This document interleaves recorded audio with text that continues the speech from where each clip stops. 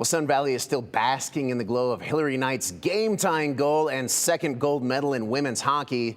It's hard to believe it's been 12 years since the Wood River Valley celebrated another hometown Olympic hero. Back in 2014, Bellevue, Idaho native Caitlin Farrington shocked the snowboarding world by taking gold in the women's halfpipe in Sochi. Unfortunately, less than a year later, Caitlin was shocked by a degenerative spine condition that would forever force her from the sport she loved. A crash could cause permanent paralysis. That hasn't kept Caitlin, though, from hitting the slopes, however. She now lives in Japan, working as a snowboard mountain guide at a resort in northern Honshu. Brian Holmes was able to figure out the 16-hour time difference and caught up with Caitlin to find out what she learned from her forced retirement and what it's like to watch from a distance. I mean, of course I miss it. I think I was in a unique situation where, like, I didn't choose to be done. My body chose to be done for me.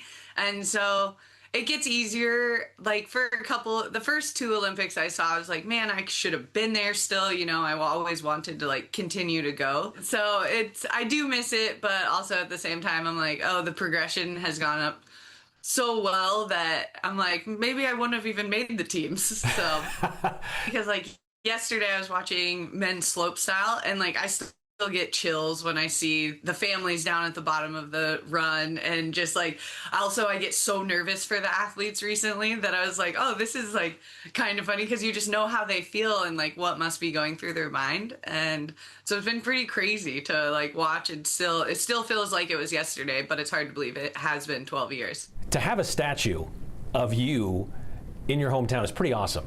It's pretty wild. I like get photos people send me all the time and are like, oh, I passed by your statue today. And I'm like, this is so crazy. Or like having friends that I've met along the way. And I'm like, oh yeah, I have a statue in Sun Valley. And they're like, what? And just like, it is a weird thing to like know that it's there. Even when I pass by it, I'm like, this is such a trip that like I do have my own bronze statue in my hometown, which is amazing. Did you stop by and see it when you were here last? Yeah, I always, you gotta stop and take the photo and be like, oh my gosh. So I always end up visiting myself, I guess, when I'm in Sun Valley. It wasn't your choice to step away from the sport that you love and grew up doing.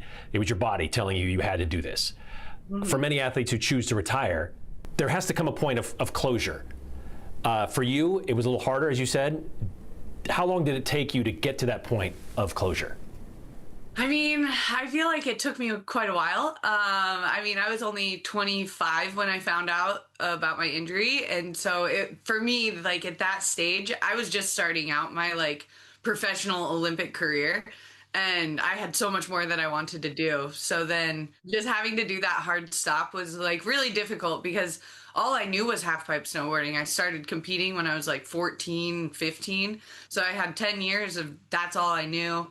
I had no plans to go to college, no plans to do anything else. I had no backup plans because I was like, oh yeah, I'm just going to make the next Olympic team in 2018 and this is my life path. Was there a moment or was it a progression? Probably a progression. It was kind of just, I faked an injury for like 6 months before I told sponsors and kind of let the public know.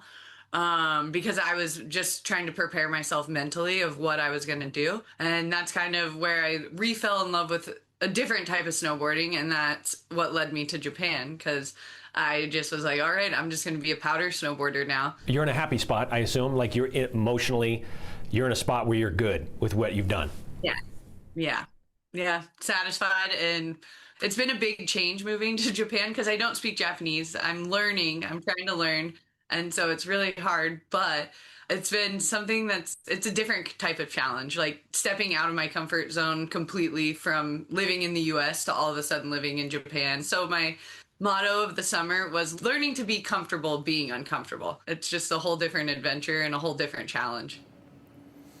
Thank you, Brian, for that. Caitlin says she was last in Idaho back in October visiting her mom there in Bellevue. But before that, she spent the spring traveling around Idaho's central mountains, taking in all the beauty she took for granted as a kid. She'll likely be back when this snow season ends in Japan, so don't be surprised if you see her stopping by her statue at the base of Bald Mountain. More of the 208 after this.